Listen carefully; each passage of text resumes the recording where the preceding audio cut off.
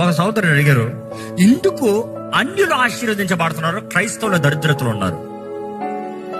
నేను అంటాను, never compare like that. Sorry, క్రైస్తవుడు అన్యుడని కాదు, దేవుడు నియమం పెట్టాడు ఈ లోకానికి. విత్తు పోయి. నువ్వు అడగాల్సిన స్ట్రాటజీ ఏంటంటే, వాళ్ళు ఎందుకు అంత కష్టపడుతున్నారు, మనోళ్ళు ఎందుకు కష్టపడతలేదు అని అడుగు. మనోళ్ళు ఎందుకు సోమరులాగా ఉన్నారు, వాళ్ళు ఎందుకు కష్టపడుతున్నారు? అన్యుడైనంత మాత్రం ఆశ్రయించబడతలే, కష్టపడేవాడు మాత్రం పైకి వస్తున్నాడు. దేవుడు సృష్టికి నియమాలు పెట్టాడు, నువ్వు ఏం విత్తుతావో అది వస్తావు. కష్టపడుతున్నాడు. మనోడేమనుకో, మనోడి సంగతి చెప్తాను, దేవుడు చూసుకుంటాడులే, పడుకో.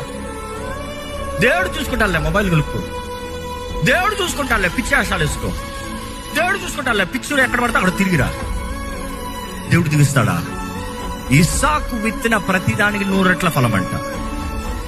You saying the unbelievers are rich, maybe you have not known the rich Christians in the world. In the world, I'm saying the rich Christians, the top-notch people in the world. But again, there are many humanities like this, పడిపోతూనే ఉంటారు.